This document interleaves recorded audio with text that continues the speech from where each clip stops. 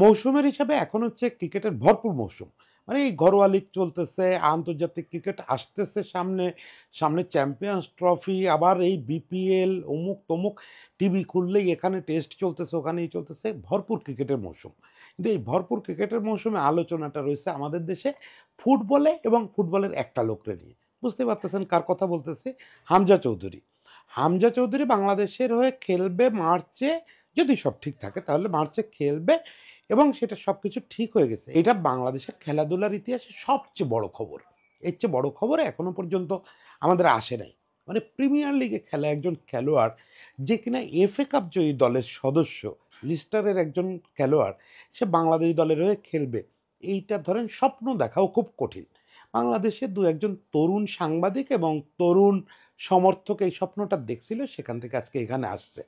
ফলে এটা বাংলাদেশে টকিং পয়েন্ট হওয়া উচিত। বরং আমার মাঝে মাঝে আফসোস হচ্ছে যে আমরা বোধহয় ঠিকমতো সেলিব্রেট করতে পারতেছি না ব্যাপারটা। মানে হামজা চৌধুরীর কত বড় ব্যাপার, ইংলিশ প্রিমিয়ার লিগের একজন খেলোয়াড় বাংলাদেশে আসা কত বড় ব্যাপার, সেটা বোধহয় ঠিকমতো হজম করতে পারতেছি না আমরা। তা না হলে আমার মনে হচ্ছে যে এটা আসলে বিলবোর্ডে বিলবোর্ডে থাকা উচিত। কোম্পানিগুলোরও ঝাঁপায় পড়া উচিত যে হামজা চৌধুরীর ছবি ব্যবহার করে এই সময় এক্সাইটমেন্টটারে কাজে লাগানো। তো সেটা তো হবেই, কিন্তু এর মধ্যে কতগুলো ছোটোখাটো ব্যাপার আমাদেরকে একটু করতেছে, সংকোচে ফেলতেছে। যে হামজা চৌধুরী ফ্যামিলি থেকে খুব দুশ্চিন্তা করা হচ্ছে যে তার যত রকম যত্ন দরকার, যে প্রসেসের সঙ্গে সে অভ্যস্ত, সেগুলো সে পাবে কিনা। আগের দিনের কন্টেন্টেও আমি বলছি যে হামজা চৌধুরীকে আনা সোজা, মানে এখন পর্যন্ত আমরা যা করছি এটা সহজ ছিল, তুলনামূলক ধরে রাখাটা কঠিন। তো শুরুতে যেটা বলে যে যেটা চাই আমি, আমি চাই যে রাস্তায় বেরোলেই যেন দেখি যে হামজা চৌধুরী আসতেছে, এটা নিয়ে সেলিব্রেশন। এটা মোটেও আহ্লাদীপনা না ভাই, এইটুকু করতে হবে। এবং আপনার দেশের ফুটবল তখনই আবার জেগে উঠবে যখন হচ্ছে আপনি এরকম স্টারডম ক্রিয়েট করতে পারবেন। দেখেন আমাদের দেশের ফুটবল একসময় চলছে কাজী সালাউদ্দিন মনে মুন্নার নামে, লোকজন আবাহনী মোহামেডানের ম্যাচ দেখতেই যেত, কিন্তু সেখানে স্টারডমটা একটা বড় ব্যাপার ছিল।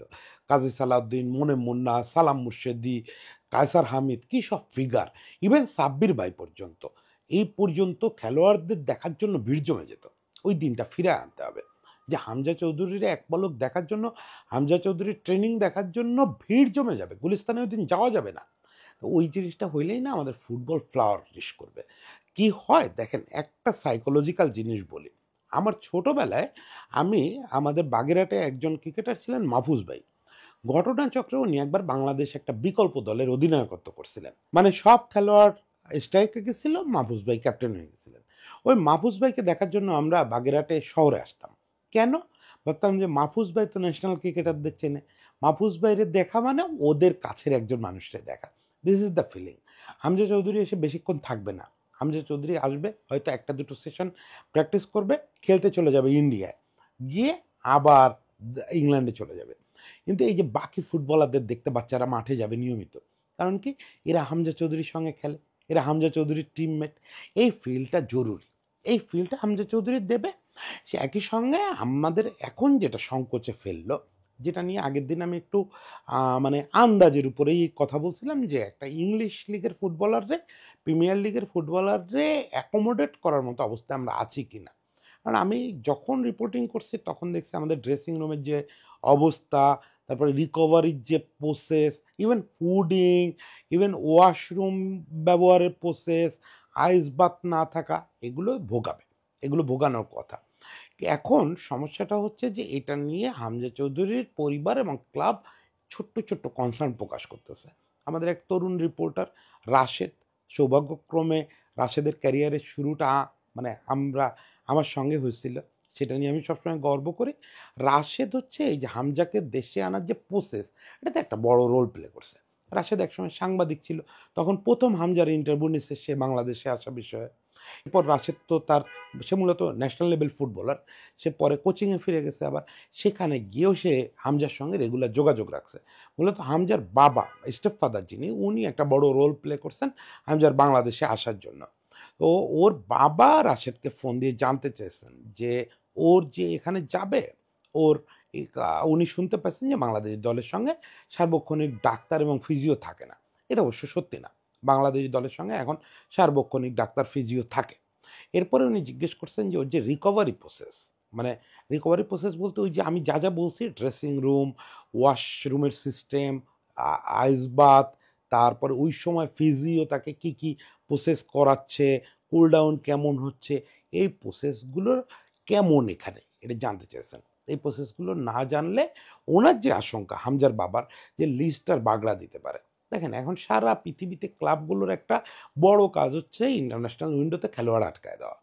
তারা চেষ্টা করে বিভিন্ন অজুহাত বের করে ওই যেন ন্যাশনাল টিমে যাইতে না পারে। এই নানা রকম অজুহাত বের করে। ধরে না কোনো একটা খেলোয়াড় লিগামেন্টে হালকা একটু টান পাইছে, ও টিম ডক্টরকে বলবে যে রিপোর্ট দাও যে আগামী ৩ সপ্তাহ মুভ করতে পারবে না। ফলে ও আর ন্যাশনাল টিমে যাইতে পারবে না।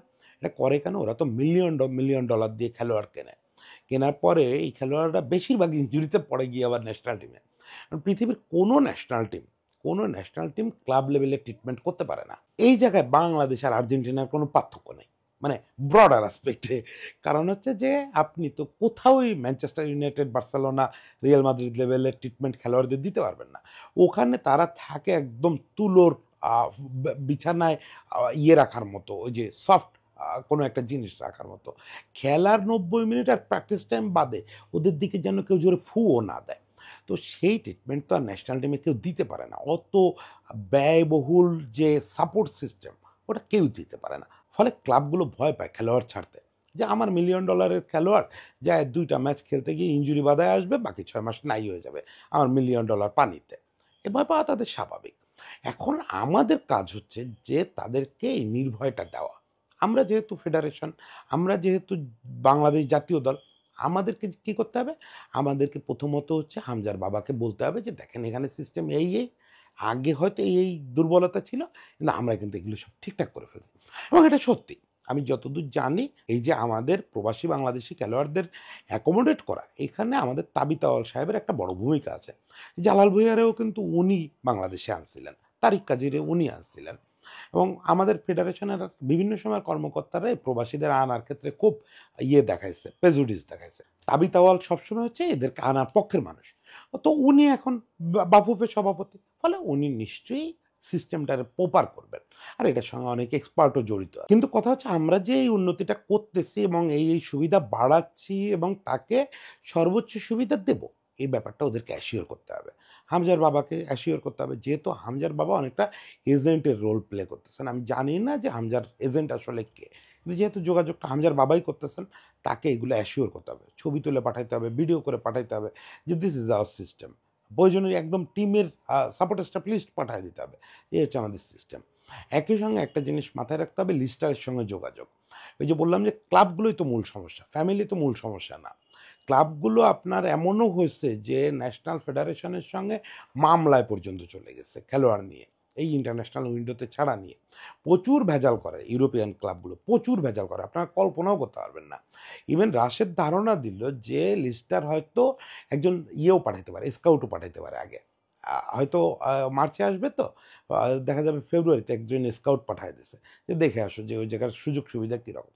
আর এমনিতেই তো থার্ড ওয়ার্ল্ডের দেশ হিসেবে আমাদের গায়ে অনেক গন্ধ। আমাদের যেটুকু সুবিধা আছে ওটুকু ওরা দেখতে চাইবে না। ওরা চোখে চশমা, টিনের চশমা পরে থাকবে।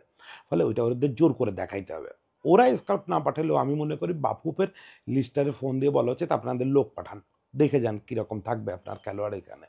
তারপরে আমি আপনার প্রয়োজনে সব কিছুর ফুটেজ পাঠাচ্ছি। ফুল লিস্ট পাঠাচ্ছি আমাদের কারা টেক কেয়ার করবে। এগুলো সব অ্যাসিওর করতে হবে। কারণ আমরা এদিকে বগল বাজাচ্ছি, আমি দেবব্রত বিলবোর্ডের দাবি করতেছি হামজার নামে, ওদিকে শেষ মুহূর্তে লিস্টটা যদি আটকায় দেয় কিচ্ছু করার নাই। ইন্টারন্যাশনাল উইন্ডোতে ফিফার নিয়ম অনুযায়ী ৭২ ঘন্টা আগে খেলোয়াড় ছাড়তে বাধ্য ক্লাবগুলো। কিন্তু যদি আটকায় দেয় এইসব অজুহাতে, তাইলে কিন্তু ফিফা কিছু করতে পারবে না। কারণ তারা ৪-৫টা কুযুক্তি দাঁড় করায় আটকায় দিতে পারে। সেটা করলে আমাদের ফুটবলের চেহারাটাই বদলে যাবে, আমাদের ন্যাশনাল টিমের চেহারাই বদলে যাবে।